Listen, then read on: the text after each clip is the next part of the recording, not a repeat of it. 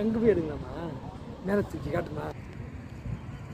இல்லை, பூச்செடியை காமிக்கிறேன்.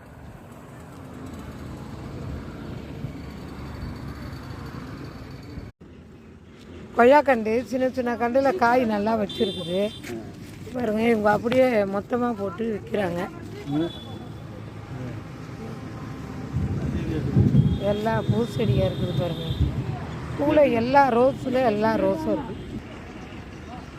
கோழி கொண்டை பூ பூவில் எல்லா மாதிரியான கோழி கொண்டையில் எல்லா மாதிரியும் இருக்குது. பாருங்க.